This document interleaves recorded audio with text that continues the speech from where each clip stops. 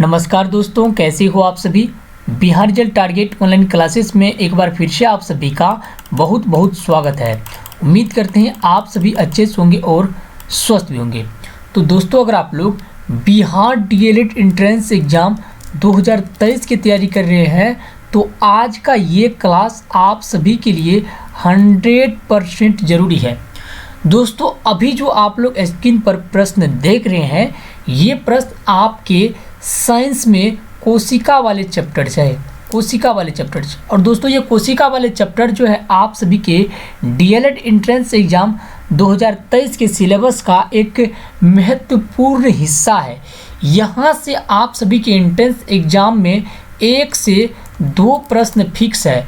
और दोस्तों, समझ सकते हैं आप लोग, आप सभी के एंट्रेंस एग्ज़ाम जो होते हैं वो लगातार जो है 6 से 7 शिफ्ट में होता है, यानी 6 से 7 दिन होता है और 3-3 शिफ्ट में होती है ना। तो इसमें कह सकते हैं कि 18 शिफ्ट में आप सभी का एग्जाम होता है। तो समझ लीजिए, अगर 2-2 प्रश्न को भी पूछा, एक प्रश्न को पूछा तो आप लोग को बहुत ही ज़्यादा पढ़ना पड़ेगा, है ना। क्योंकि अगर आप लोग मान के चलिए 10 प्रश्न को पढ़ लेंगे तो इसमें से सभी का तो एक शिफ्ट में एग्जाम होगा नहीं, मैट्रिक इंटर की तरह, है ना। इसमें थोड़ा आपको ज़्यादा पढ़ना होगा। तो दोस्तों, ये जो सीरीज है इसमें बहुत ही ज़्यादा प्रश्न है, टोटल 180 प्रश्न है। तो इसमें से आप सभी को हम इससे पहले जो आप सभी को 80-90 प्रश्न करा चुके हैं। और चलिए आज जो है ये यहाँ से हम लोग 90 से शुरू करते हैं। और आप लोग जो भी प्रश्न का आंसर आपको पता होगा निश्चित रूप से आप लोग कमेंट कीजिएगा। तो चलिए शुरू करते हैं। यहाँ पर देखिए, RNA एक बहुलक अणु है, इसका पूर्ण रूप क्या है ना। जल्दी से आप लोग बताना है। RNA जो है एक बहुलक अणु है, इसका पूर्ण रूप क्या है, जल्दी से आप लोग कमेंट करके बताएंगे। आप लोग लेट नहीं करेंगे, जितना जल्दी पहले आप लोग सुन लीजिए, उसके बाद हम लोग जो है पूरी जो फास्ट में क्लास को खींचेंगे। क्योंकि आप सभी को एक ही सब्जेक्ट का तैयारी नहीं करना है, अभी आप सभी को बहुत ही ज़्यादा सब्जेक्ट को देखना है ना। साइंस, हिंदी, सभी सब्जेक्ट को आपको देखना है। तो चलिए देखते रहिए आप लोग इस वीडियो को पूरे अंत तक, शुरू तक, है ना। चलिए तो देखिए, यहाँ पे जो RNA एक बहुलक अणु है, इसका पूर्ण रूप क्या होता है। ऑप्शन नंबर में है ribonuclear acid, option number B में है राइबो न्यूक्लिक एसिड, सी में है राइबो न्यूक्लियर एसिड और डी में यहाँ पे देखिए रेस्टो न्यूक्लियस एसिड, है ना। तो आप सभी अगर इसका आंसर जानते हैं तो कमेंट में ज़रूर बताइए। अगर आप लोग नहीं जानते हैं तो याद रखिएगा, इस प्रश्न का सही आंसर हो जाएंगे आप लोग को ribo nucleic acid. Option number आपका बी करेक्ट हो जाएंगे। चलिए अब हम अगला प्रश्न की ओर बढ़ते हैं। आप देखिए, यहाँ पे कह रहा RNA का प्राथमिक कार्य क्या है। RNA का प्राथमिक कार्य क्या है, यहाँ पे देख सकते हैं, प्रकाश संश्लेषण, प्रोटीन संश्लेषण, प्रकृति बनाना या फिर अनुवाद करना। जल्दी से बताएंगे आप लोग, इसका सही आंसर क्या हो जाएंगे। नहीं जानते थे तो याद रखिएगा दोस्तों, RNA का जो प्राथमिक कार्य होता है वो प्रोटीन संश्लेषण का होता है। किसका संश्लेषण होता है, प्रोटीन संश्लेषण का कार्य होता है। किसका, RNA का प्रमुख कार्य क्या होता है, प्रोटीन संश्लेषण करना। चलिए अगला प्रश्न की ओर बढ़ते हैं।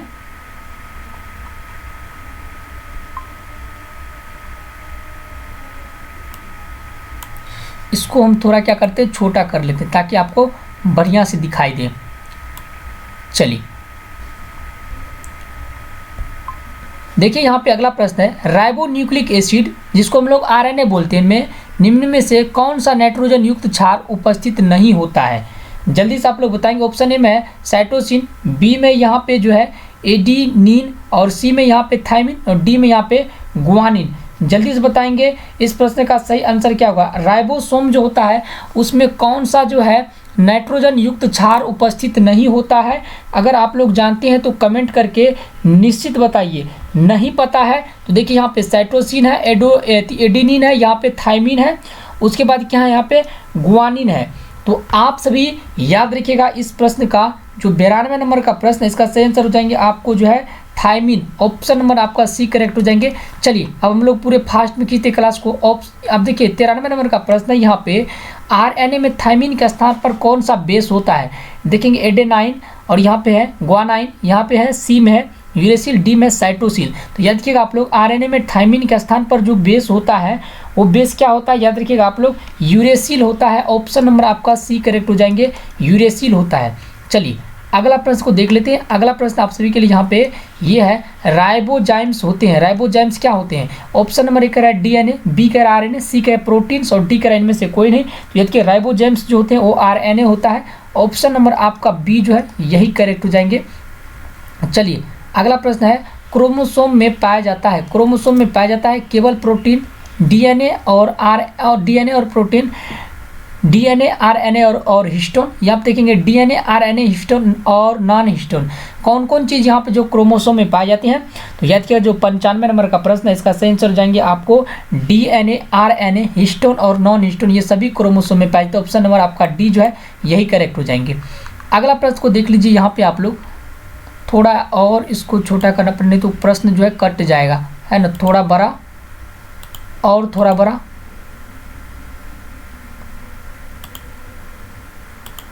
चलिए हाँ बढ़िया है। अब देखिए कह रहा है सामान्य कोशिका में डीएनए से आरएनए तक आनुवांशिक जानकारी की परवाह को कहा जाता है। जो आपका सामान्य कोशिका हो तो इसमें डीएनए से आरएनए तक की आनुवांशिक जानकारी की परवाह को कहा जाता है प्रतिलेखन, हस्तांतरण, अनुवाद और परिवहन। तो याद किया 96 नंबर प्रश्न जो इसका सही आंसर हो जाएंगे आपको जो है प्रतिलेखन, ऑप्शन नंबर ए आपका करेक्ट हो जाएंगे। अगला प्रश्न है, एक समान मानव शरीर में कोशिका की, है ना, एक समान मानव शरीर कोशिका में गुणसूत्रों की संख्या कितनी होती है? 43, 44, 45 और 47। जो मानव की समान शरीर होते हैं, जो हमारे जो मानव होते हैं ना, जो मनुष्य होते हैं, उसमें जो हमारे शरीर में जो गुणसूत्रों की संख्या होती है कितनी होती है ना। तो बहुत सारे स्टूडेंट कहते हैं कि 44 होते हैं, लेकिन इसका सही आंसर क्या होता है? हमारे शरीर में जो गुणसूत्र की जो संख्या होती है 46 होती है, यानी 23 जोड़ा होती है। कितने जोड़े होते हैं? 23 जोड़े होते हैं। और कितनी संख्या कितने होते हैं? 46 होते हैं, याद रखिएगा। चलिए अगला प्रश्न की ओर बढ़ते हैं। अगला प्रश्न है, मानव शरीर की कोशिका में पाए जाने वाले गुणसूत्र जोड़े की संख्या है कितनी है? मानव शरीर में कोशिका में पाए जोड़ा यहाँ पे पूछ रहा है ना। संख्या अगर पूछे, जोड़ा अगर नहीं रहे तो 46 हो जाएगा। संख्या अगर पूछे तो 46 हो जाएगा, अगर जोड़ा रहे तो 23 हो जाएगा। ऑप्शन नंबर आपका डी करेक्ट हो जाएंगे। चलिए अगर आप चिंपैंजी की कोशिका में पाए जाने वाले गुणसूत्रों की संख्या कितनी है? यहाँ देखिएगा 21, 22, 24 और 23। तो जो चिंपैंजी की शरीर होती है उसमें उसके कोशिका में जो पाए जाने वाले गुणसूत्र की संख्या होती है, याद रखिएगा आप लोग, इसका सही आंसर हो जाएंगे आपको 24 जोड़ा गुणसूत्र पाए जाते हैं चिंपैंजी के कोशिका में, यानी 24 में 48 होती है इसकी गुणसूत्र की संख्या। चलिए अगला प्रश्न को बढ़ते हैं। अगला प्रश्न आप सभी को लिए, बंदर की कोशिका में पाए जाने वाले गुणसूत्रों की संख्या कितनी होती है? 21, 22, 23, 24, 23। बंदर कोशिका में पाए जाने वाले गुणसूत्र की संख्या कितनी होती है? तो याद रखिएगा इसका सही आंसर हो जाएंगे आपको 100 नंबर प्रश्न का आपको 21, है ना, 21। ऑप्शन नंबर आपका ए करेक्ट हो जाएंगे। चलिए अगला प्रश्न यहाँ पे, रसायनों का समूह है, रसायनों का एक समूह है जो कोशिका विभाजन और पौधे के गठन को प्रभावित करते हैं, कौन सा है? साइटोकाइनिस, है ना, साइटोकाइनेसिस। ऑप्शन नंबर बी है गिबरलिंस, ऑप्शन नंबर सी है डोमिन्स, ऑप्शन नंबर डी है ऑक्सिन। कौन सा हो जाएगा?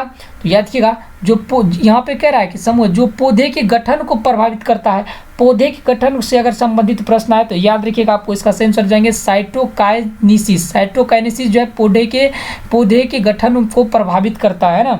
चलिए 102 नंबर प्रश्न को देख लीजिए। यहाँ पे कह रहा है एक कोशिकीय जीव कैसे प्रजनन करते हैं? एक कोशिकीय जीव जो होते हैं वो कैसे प्रजनन करते हैं? ऑप्शन नंबर ए है यहाँ पे कोशिका विभाजन, बी है यहाँ पे कोशिका प्रजनन, सी है यहाँ पे कोशिका संश्लेषण, डी है यहाँ पे विखंडन। तो जो एक कोशिकीय जीव होते हैं कैसे प्रजनन करते हैं? तो 102 नंबर प्रश्न का सही आंसर हो जाएंगे कोशिका विभाजन द्वारा। ऑप्शन नंबर ए आपका करेक्ट हो जाएंगे। चलिए अगला प्रश्न है, सबसे बड़ा एक कोशिकीय जीव कौन है? ईस्ट जो है एटी टेबुलेरिया, और यहाँ पे देखेंगे एसिटोबैक्टर, और यहाँ पे देखेंगे अमीबा। सबसे बड़ा एक कोशिकीय जीव कौन सा होता है? तो याद रखेंगे 103 नंबर जो प्रश्न इसका सही आंसर हो जाएंगे आपको जो है एसिटेबुलेरिया। एसिटेबुलेरिया सबसे बड़ा एक कोशिकीय जीव होते हैं। ऑप्शन नंबर आपका बी करेक्ट हो जाएंगे।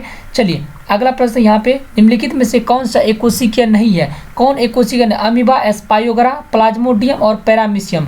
तो इसका सही आंसर हो जाएंगे प्लाज्मोडियम। प्लाज्मोडियम क्या है? 104 नंबर प्रश्न का सही आंसर जाएंगे प्लाज्मोडियम जो सॉरी यहाँ पे एस्पायोगरा जो है ये एक कोशिकीय नहीं है ना। चलिए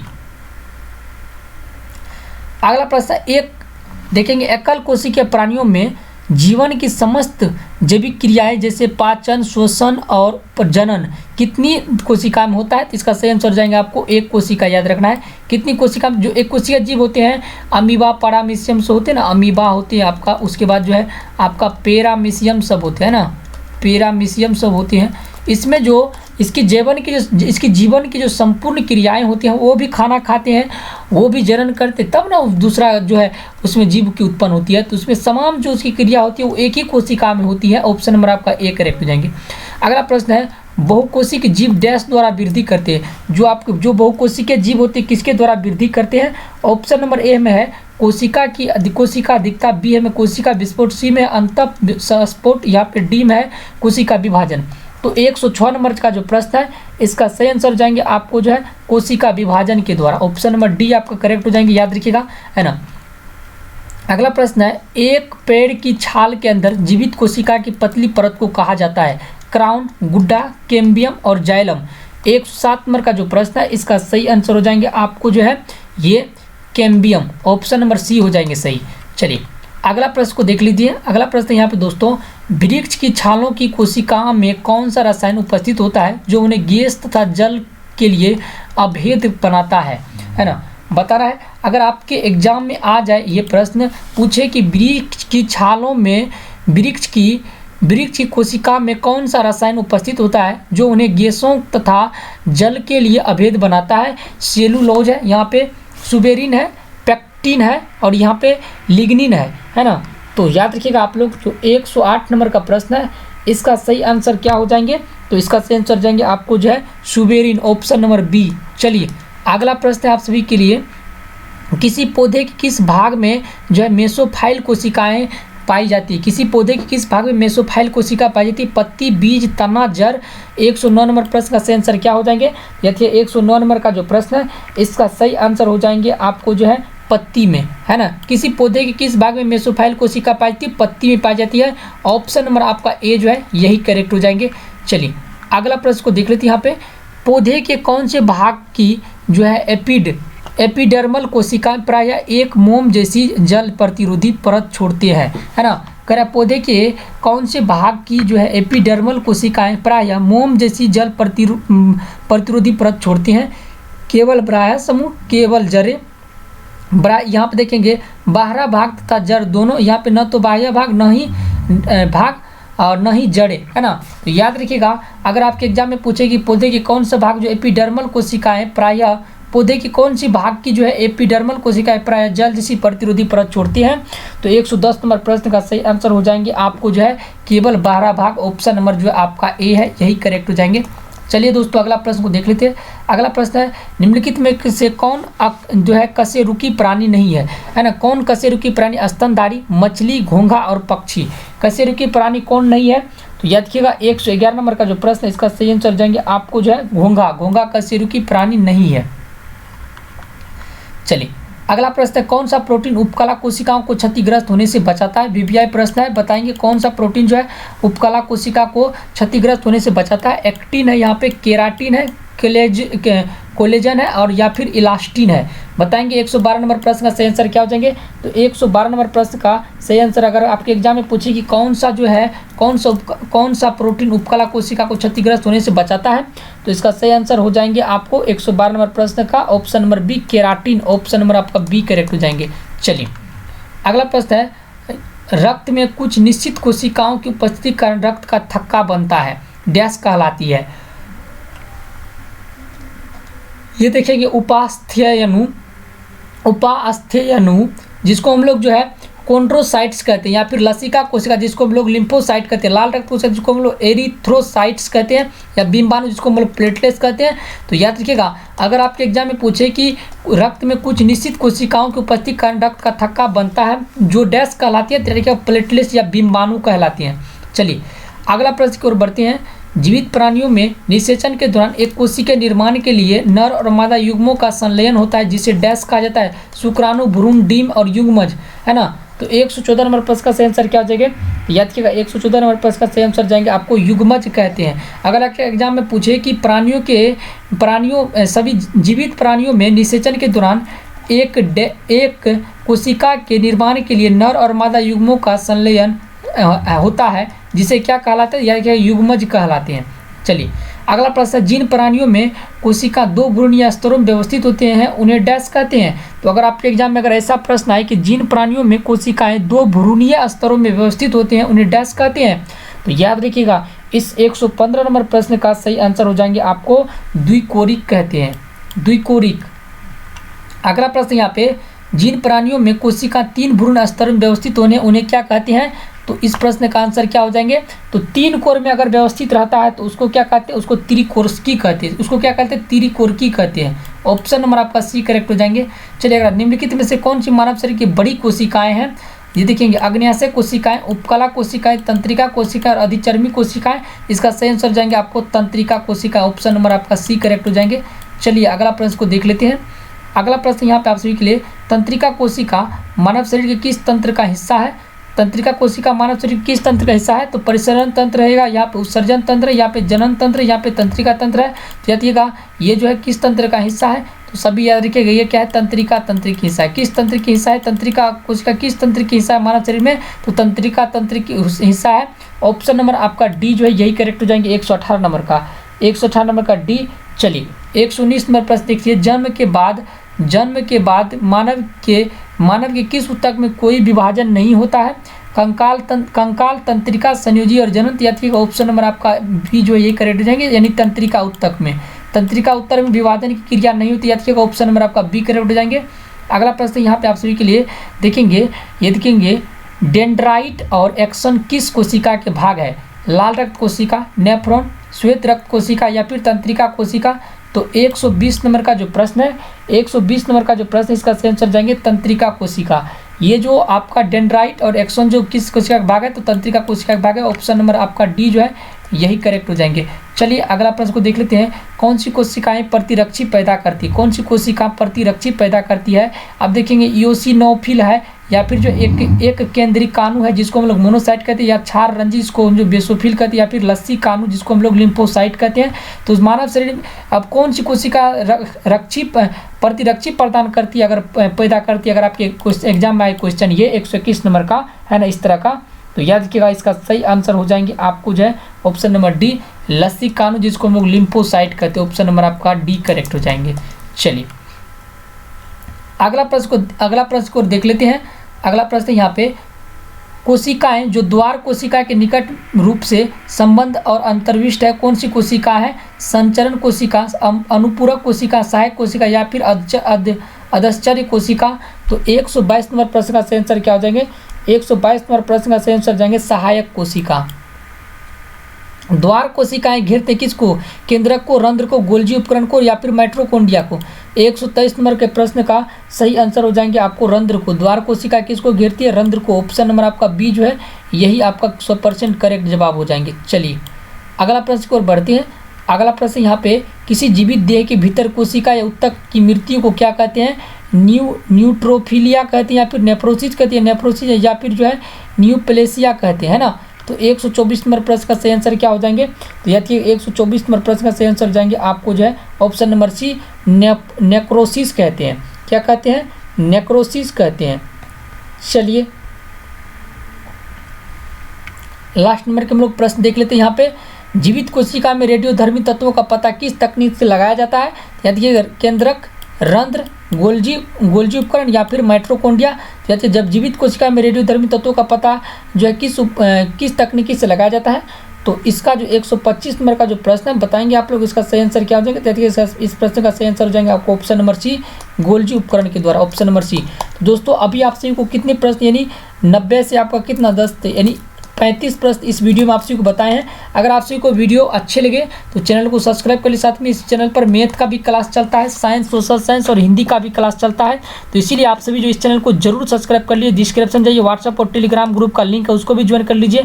अगर आप में से किसी भी स्टूडेंट को पेड PDF लेना है, तो जिसको भी पेड PDF लेना हो सभी 8409956560 पर आप लोग जो मैसेज करके पेड PDF से संबंधित जानकारी प्राप्त कर सकते हैं ना। अगर आपको लेना है तो मैसेज कर दीजिए। मिलते हैं नेक्स्ट वीडियो में, तब तक के लिए जय हिंद, वंदे मातरम।